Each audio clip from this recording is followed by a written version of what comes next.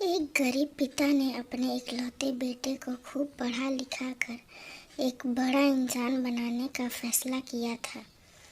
पिता दिन रात मेहनत करता और अपने बेटे की पढ़ाई का खर्चा उठाता। बेटा भी खूब मन लगाकर पढ़ता। एक दिन पिता का सपना सच हो गया। बेटा पढ़ लिख कर बहुत बड़ा आदमी बन गया और उसने अपना खुद का व्यवसाय शुरू कर लिया और उसमें सफल भी हो गया। एक दिन बेटा अपने बड़े और आलीशान ऑफिस में बैठा हुआ था। तभी उसके पिता उसका ऑफिस देखने आए। बेटा अपने ऑफिस की शानदार कुर्सी पर बैठा हुआ था। पिता को देख बेटा खुश हो गया और अपनी कुर्सी से खड़ा हो गया।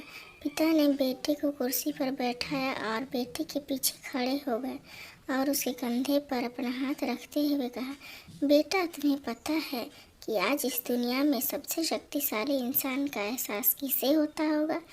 पिता आगे कुछ और बोल पाते तभी बेटे ने कहा, पिताजी मैं हूँ सबसे शक्तिशाली इंसान।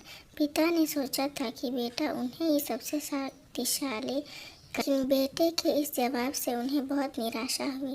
ठीक कहा बेटा। इतना कहते ही पिता बेटे के ऑफिस से जाने ही लगे थे कि एक बार और पीछे मुड़कर वही सवाल बेटे से किया, तुम्हें अभी भी लगता है कि तुम सबसे शक्तिशाली हो?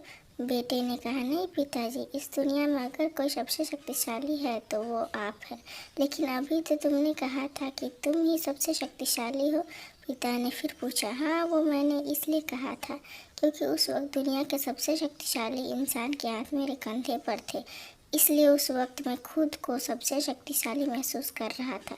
बेटे ने जवाब दिया। यह सुन पिता की आंखों में आंसू आ गए और उन्होंने अपने बेटे को गले से लगा लिया।